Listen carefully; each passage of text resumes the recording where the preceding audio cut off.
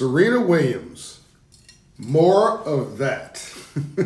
So Serena Williams is proving that she really is a triple threat.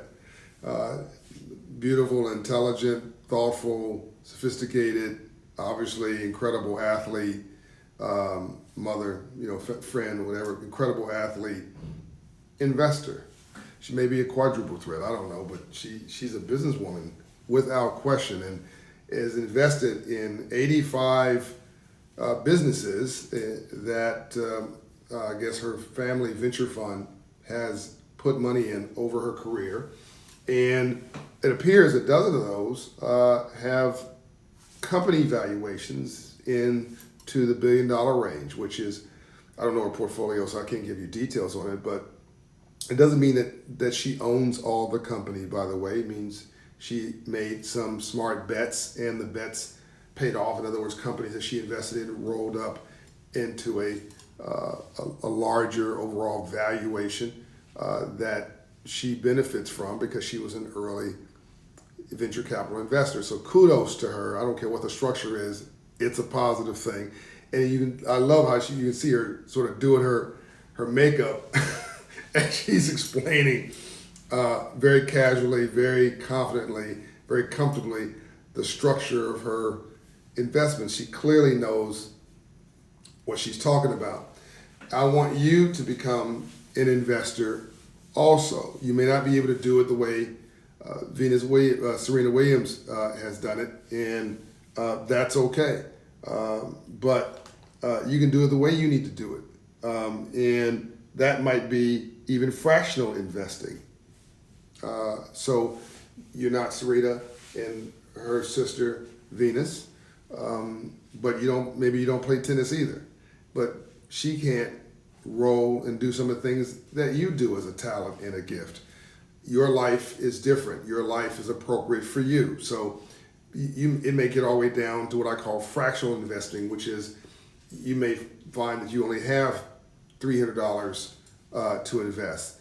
And the companies that you dream about may be $3,000 stocks, or it might be $100,000 worth of a stock basket, but you've got $300. But with fractional investing, you can still invest in those businesses successfully, getting a fraction of each of those companies that you believe in their stock for your portfolio. Did you know that? You can also open a stock account, a proper stock account. You can do one online through one of the online brokerage companies, and buy whole shares of stock.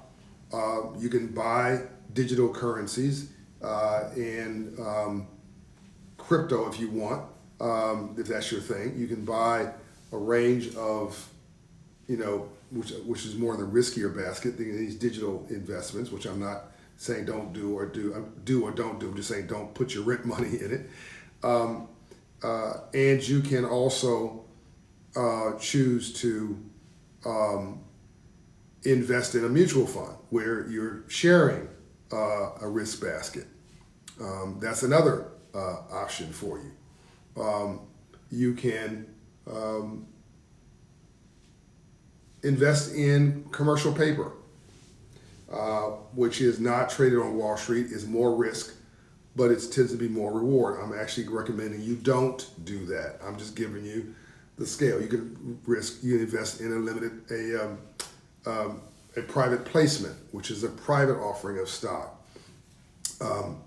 Make sure that your lawyer checks that out if you decide to do that. You can invest in a crowdfunding platform if you like. Some small businesses raising some money in your neighborhood or some family member, and you decide to invest in the crowdfunding opportunity. That could pay off for you. You can invest directly into a business, as my family does with somebody that we know, and they've got a wellness business that serves a certain clientele in New Jersey, and is one example, and they need XYZ to get equipment and certifications, and maybe we invested in that directly and got shares as a result of that. So I've just given you all the way from something that's very removed from you and very fractionalized, a fractional share investing, all the way up through buying a share of a publicly traded company, then participating in a mutual fund investment vehicle, which is probably the least risky, to all the way through smaller cap investing, all the way up through, again, I'm not suggesting you don't do commercial paper. That's very sophisticated and high risk. I'm suggesting you don't do that.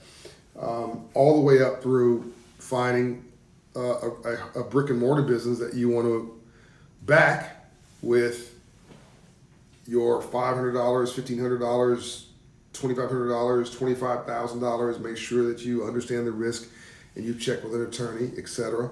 And you may decide that that's what you want to, and maybe that business is just located right around the corner from you. You may decide just to do that. Or you may decide to just go start a business. You can do that through 1 Million Black Business Initiative, and you don't invest anything but your time and your energy. That's an option for you as well. But I suggest you just do something, right? I want you to do something and start somewhere. Serena didn't just start at the top of the market investing. She was making money as a tennis player, wasn't making money for a long time, and she wasn't investing. When she started making money, she understood the difference between making money and building wealth. You make money during the day, you build wealth in your sleep, and she was very good, it appears, at the building wealth in your sleep part. So now her wealth is actually really coming from the investments and not her professional tennis career. Anybody who became a billionaire, by the way, in professional sports or the arts did not do it through professional sports or the arts. They all went corporate.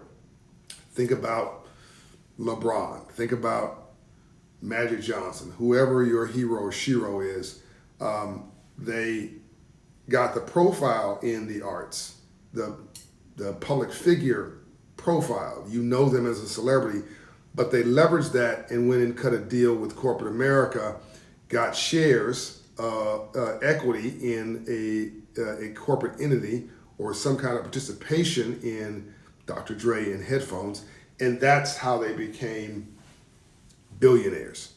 I hope this has been helpful. This is John Hope Bryant, Money and Wealth. This is the